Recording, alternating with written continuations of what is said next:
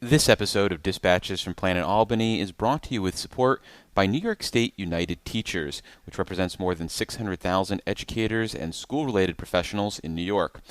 Dispatches is also supported by the public affairs firm O'Donnell and Associates. For more information, check out o'donnellsolutions.com. This is WCNY's The Capitol Press Room, and we're joined by Lieutenant Governor Antonio. Wow, that was not even close. That's right. Well, at least I did it there. That's like some Zoran Mamdami shit right there. That's brutal. All right, let's try that again.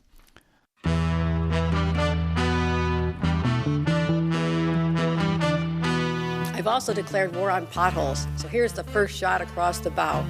Well, as you know, with Planet Albany, there's always something that makes the planet turn. And it's this amazing view of D.C., and Eddie Vedder comes out. And he goes, "You have a cigarette?" And I've never smoked in my life, but if I had, I wish that was the moment. And this strategy takes us from potholes to knotholes. I would like to say it was a pleasure, Mr. Kim. But I'm on the road. I'm David Lombardo, and this is Dispatches from Planet Albany, a podcast about power and politics in New York. And on this episode, we're going to play the second part of a conversation we recorded last week with Lieutenant Governor Antonio Delgado. On the Capitol Press Room feed, you can hear us talk about a variety of policies, including his support for medical aid in dying and whether he would actually push the New York Health Act if the Trump administration was still in control of the White House. But now we're going to talk a little bit about politics, including what the lieutenant governor would do differently if he was in control of the New York State Democratic Party infrastructure during this fall's local election season. What would you have done differently than the State Democratic Party, which the Democratic governor is head of, to have helped Democratic candidates running in local elections, say outside of New York City this year? They've done nothing. Let's be clear about this. So at least something is what you're saying. I would show up. I would provide meaningful resources, data when it's requested in a timely fashion. You know, I wouldn't dangle support over candidates' heads or strong arm them to do things that aren't really about delivering for their candidates and putting them in the best position to succeed. I've been traveling all across the state, and I did some canvas launches last weekend all throughout the Hudson Valley. And I had a hard time hearing from folks, you know, that would speak to how much the state party is helping out. In some cases, literally zero communication, despite, outward requests, despite, any level of engagement, from resources to data, just literally crickets, silence. In some really important races, I would argue. And so, I think the silence is deafening, and I think it speaks to why I released a reform agenda for the party. We need a complete overhaul. We right now, the Democratic Party here in New York is a strong arm operation for the benefit of the governor. That's pretty much what the Democratic Party is. Outside of that, there's no year-end investment. There's no offices, engagement with volunteers across the state.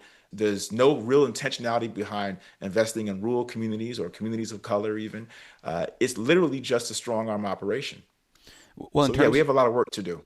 Well, in terms of investments then, about half of the expenditures by the state committee in the most recent filing go to political and PR consultants. Would you continue that type of prioritization, or do you think the money should be spent, say, on in-house staff that is doing some sort of outreach and coordination? In-house. And I would tap a lot of our younger engaged Democrats, who are on the ground across the state, via their, college campuses. I would engage a lot more with the county committees and not just the chairs of those committees, but the individuals, the caucuses within the state party themselves, which never really get tapped into. They're just sort of there by name only. There's so much opportunity and upside if we actually invest. And yes, it takes commitment. It takes a desire to want to lean in and go into spaces that aren't guaranteed wins, right? And that's the piece that I think is missing because we are historically a blue state. The way I think the top-down thinking is, basically, we're going to pay out some consultants. We're going to focus on those areas that, are really going to be the biggest bang, for our buck. And, everybody else kind of fend for yourself unless we need something from you. Then we'll circle around to you and, give you some crumbs because we want you to feel like you're a part of something that really isn't connected in any way, shape, or form. So, yes, I do think that we need to shift our attention and be more agile and engage more directly with folks on the ground than we do with traditional consultants. Well, would you have confidence in the incumbent chair, Jay Jacobs, to implement the vision that you have for the Democratic Party? I would not. And why not? Well, the track record speaks for itself. I mean, if you look at where he is really loyal to his principle, though. If you think he's responsive to the governor and the governor only, he does that very well. Wouldn't that be great if you were governor? No, that's not how I think about power, and I think that's the difference. And I think that's why we have an opportunity to bring real change to New York, not just on the political side, but on the governing side.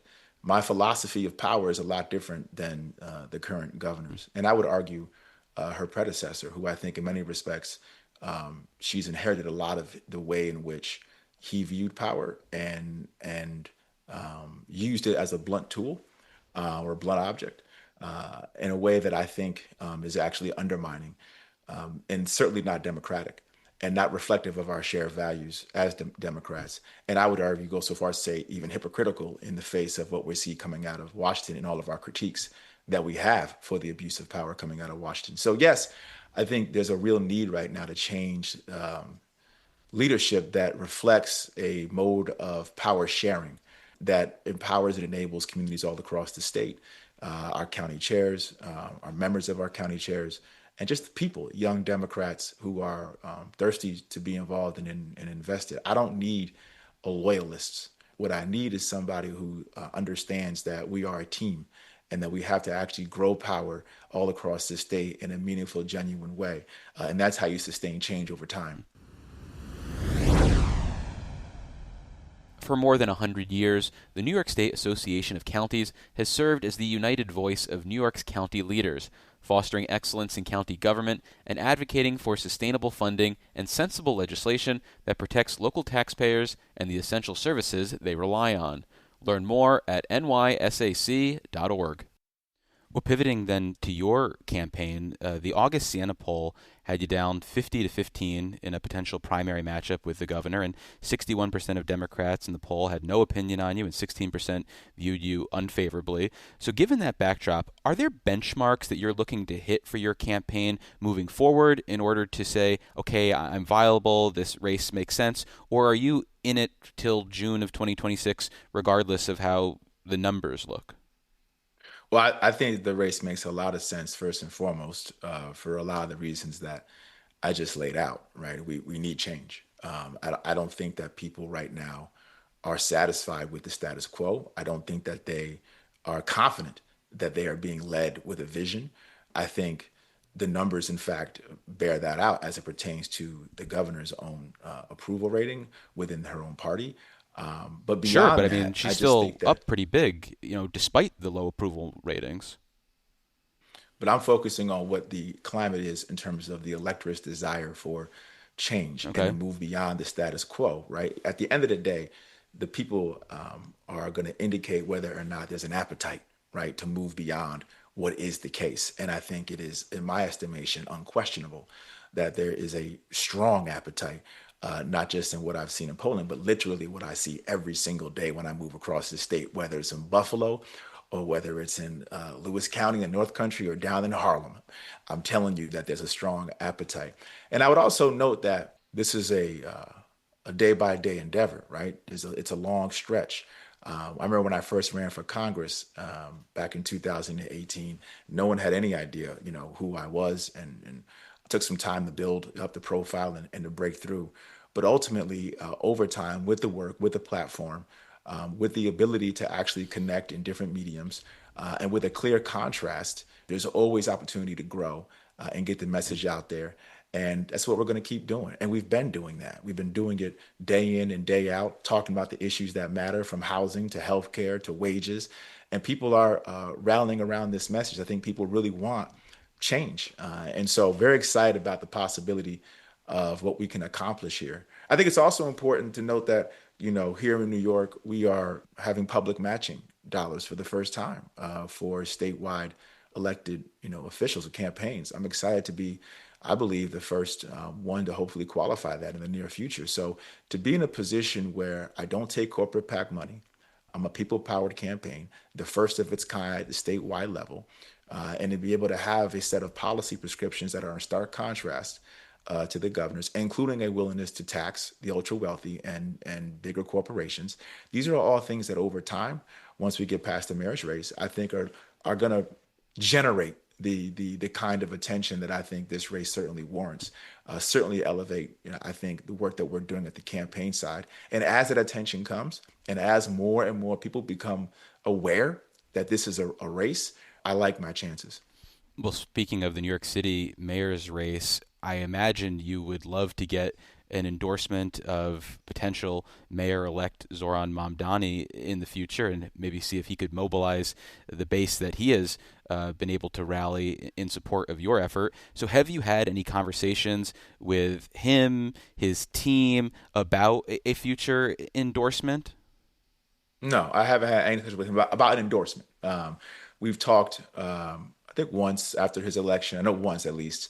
And, what we talked about was really, the opportunity for change, right? And the opportunity that this moment overall, not just in the city, but for the state represents. And I do think that his race reflects, as I pointed out earlier, a strong desire on the part of people to get beyond the status quo, a strong desire on the part of the people to not just do the same things over and over again.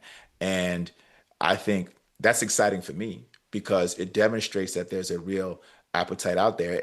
And believe me when I travel the state, that same energy in the city is out there across the state. That people are done with politics as usual. They are done with the fact that this is a state that is governed by Democrats, and yet we had the largest wealth inequality gap of any state in the country. They're done with the fact that 2 out of 5 households can't afford basic necessities in New York. And they're done with the fact that people can't afford anything, whether it's housing or whether it's childcare. They can't afford anything. And yet here we are, a state that's a blue state that is not meeting the moment. And so this is a real moment of accountability within the Democratic Party. And I think what is getting lost sometimes in these conversations about the state of play nationally as it pertains to Trump and the Medicaid cuts and the SNAP cuts and all these devastating outcomes, and the fights against immigration enforcement and the dragnet that Trump presents, all of that is very, very important. But the question we have to keep asking ourselves is, how the hell did we get here? Why are we in a position where he was able to get back into the White House? And I look at what happened in New York in 2024, and you see the biggest swing from left to right in the entire country right here in New York. We have a lot of work to do in our own backyard. People are being left behind. They're hurting. They're hungry. They can't find affordable housing. They're struggling across the board. And so here we are, a great blue state, and the impact of our policies is not meeting the moment. And if we really want to make change in this state and beyond, then we got to start at home. So yes, his win or his win in the primary, in the general, looks like it's going to be that way. I think reflects a moment of change here that I believe we can build on. In terms of upsetting the status quo in the Democratic Party, do you think Senator Chuck Schumer should run for re-election again? Yeah, right now, I don't really have an opinion on that one way or the other, to be honest with you. My sense is across the board, we need to have change beyond the status quo. My focus, as you can probably imagine, is the governor, because that's the one that I believe right now is most immediate, and is the one that I feel like if we don't fix here in New York as a state relative to the federal government, where I believe states have a lot more power in this moment, the change there is a lot more urgent. Sure. I will say, just general matter, we certainly have an opportunity to move forward with fresh voices, and we should be prioritizing that. Finally, unlike 2022, in 2026, you're going to run, if you are successful in getting on the ballot, as a ticket with a potential LG in the primary. So have you made any outreach or any feelers to any potential number twos already? I'm still very much in the mode of just thinking through the idea of lieutenant governor and, trying to understand, what kind of partner I would want, what type of strengths, that I think would best complement my mode of leadership. The thing that I've come to appreciate having been lieutenant governor is you really want a vision, first of all, as a governor. You need a vision. If you don't have a vision that you want to pursue, then you don't even know how to leverage the people around you, including the lieutenant governor. You don't know what to do with them because you don't have a sense of what you want to do. You're just reactive. You're just responding to whatever's happening politically. You're not being driven by your own sense of purpose. So what I'm doing is thinking about my own sense of purpose. What I'm doing is thinking about the things that I really want to accomplish and how I want to accomplish them across this state. And then I'm thinking about, okay, what would it mean for me to have the kind of lieutenant governor that I could plug in, to that vision? And what would be the kind of voice that I'd want with the kind of experience that I want? So, it's more at this point of the phase of really thinking about that question intellectually from my own standpoint. And as I talk to folks, right, as I have meetings, as I get out and engage with people, it's always certainly a thing on my mind, but I wouldn't say it's, explicit in that, in a way where I'm sitting down saying, will you be my lieutenant governor? No, it's more so just me, having conversations and thinking through my own ideas of what I would want out of a lieutenant governor. So no pitches to anybody at this point about the Delgado and X administration? No. Okay. Well, we've been speaking with Lieutenant Governor Antonio Delgado. Lieutenant Governor, thank you so much for making the time. I really appreciate it. Thank you for having me.